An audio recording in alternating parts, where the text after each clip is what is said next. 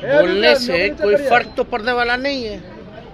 हम तो पहले भी कहे थे, अगर उनको इस आंकड़ों पर विश्वास नहीं है तो कम से कम उनको प्रधानमंत्री जी से कह करके देश में ही जो है जातीय जनगणना करा लेनी चाहिए। लेकिन ऐसा होने वाला तो है नहीं, क्योंकि बीजेपी के लोग जो प्रधानमंत्री हैं या भारत सरकार में बैठे हुए लोग हैं वो चाहते ही नहीं कि देश में जो है जातीय जनगणना हो। और ये जो आंकड़े हैं ये सब लोग जानते हैं कि साइंटिफिक तरीके से जो है इस काम को जो है पूरा किया गया, तो उनके बोलने ना बोलने से अब कोई फर्क पड़ने वाला है नहीं। सर अभी भी कई लोग हैं बिहार में जो चाह रहे हैं कि कब आपका गठबंधन टूटे, एक आस लगाए बैठे हैं कि अलायंस कब टूटेगा, ऐसी बातें। देखिए, हम लोगों को इस पर एकदम ध्यान ही नहीं रहता कौन क्या चाहता है, कौन क्या करेगा। हम लोग जो है जनता की सेवा के लिए हमारी सरकार जो है काम कर रही है। जो हम लोगों ने जो वादे किए हैं उस पर हम लोग जो है खड़े उतर रहे हैं। सारी चीज़ें आप देख लीजिए, जिस प्रकार से चाहे रोजगार के सवाल पर कोई हम तो पूछ रहे हैं उन्हीं भाजपा वाले लोगों से कि एक राज्य बता दीजिए जहां लाखों की तादाद में जहां बहालियां कौन सा राज्य है जो निकाल रही है, एक राज्य बता दो। हम लोगों ने जातीय जनगणना का कमिटमेंट किया था, हम लोगों ने मानदेय बढ़ाने की बात की थी, विकास मित्र हों, पालकी मरकज हों, आशा वर्कर हों, इन सब लोगों का जो है मानदेय जो है दुगुना जो है किया गया। हर एक काम जो है हम लोग समय पर जो है कर रहे हैं और इससे बेचैनी तो होगी, क्योंकि अब भाजपा को भी लगता है कि जो महागठबंधन जो बिहार में है इसका कोई मुकाबला है ही नहीं, कोई मुकाबला हो ही नहीं सकता।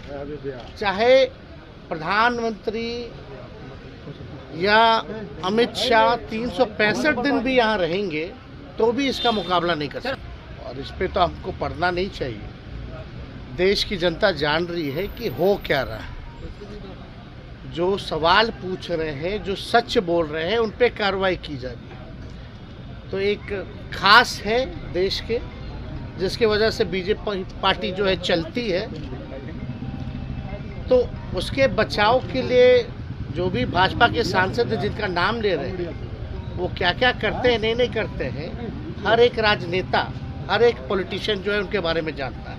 तो ये बताने की ज़रूरत नहीं है। वो अपनी डिग्री हो, प्रधानमंत्री जी की डिग्री हो, वो सब लोग जो है सच्चाई तो उस जानते ही हैं, लेकिन उसके अलावा भी उनका क्या काम है एमपी होने के नाते, ये पूरा देश की जनता ही नहीं बल्कि जो पत्रकार हैं, जो बहुत शुरू से ही जो राजनीति को देखते आए हैं, ऑब्जर्व करते आए, उन सबको भी पता है कि क्या हो रहा है। और महुआ मित्रा जो है पढ़ी लिखी महिला है, जिस कॉलेज से पढ़ी है उस कॉलेज में एडमिशन मिलना बहुत मुश्किल होता है। और वहाँ से सबसे बड़े बैंक में उन्होंने काम किया है, एज ए वाइस प्रेसिडेंट भी काम किया है। और ये मामूली बात नहीं है, तो उनकी काबिलियत पे तो हम सवाल उठा ही नहीं सकते। जो लोग ये कर रहे हैं, ये तो पार्लियामेंट का जो गुस्सा है वो निकाला जा रहा है।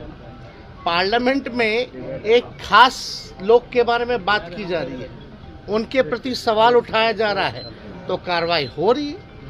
तो चरित्र हनन करना, बदनाम करना, तो ये बीजेपी का पुराना से ही जो है मॉडल रहा है। सर आपको गिरिराज सिंह कह रहे हैं कि देश में अल्पसंख्यक समाज नहीं होता तो तुष्टीकरण की राजनीति नहीं होती। कोऑर्डिनेशन कमेटी के सदस्य भी हैं इंडिया अलायंस में, ये सीट शेयरिंग वाली बात अभी हाथ वाली ऐसे ताकतवर या दिग्गज उम्मीदवार है जिनको निराशा हाथ लग सकती है। अब आप लोगों का देखिए कयास का बाजार भी चालू रहना चाहिए। सारी बातें पहले आ जाएंगी तो आप लोग बाकी दिन क्या न्यूज़ दिखाइए। तो एक बात समझ लीजिए, सीट शेयरिंग जो है बिहार में कहीं कोई कठिनाई नहीं है।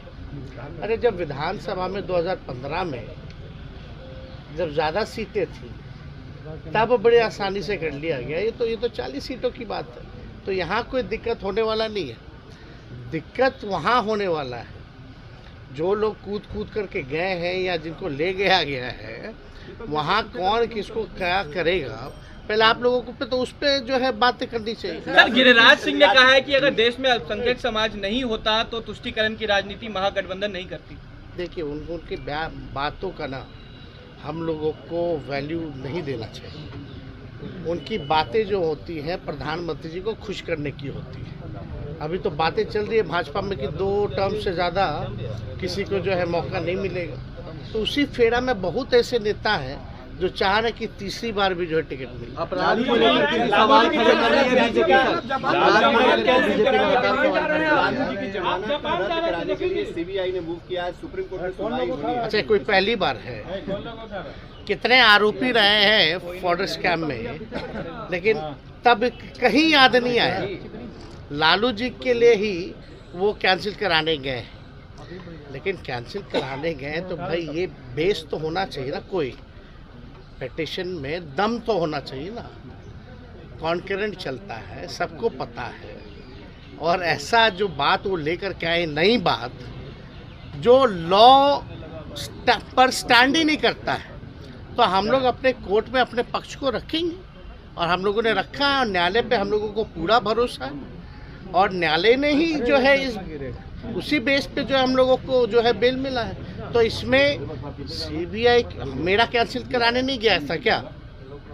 आप लोगों को याद है जब डिप्टी सीएम बने थे तो उसके कुछ ही दिन बाद जब रेड पड़ा था, जब हमने असलियत उजागर की थी सो कॉल्ड मॉल के बारे में, जब चैलेंज किया था, तो मेरा बेल कैंसिलेशन के लिए नहीं गया था क्या सीबीआई?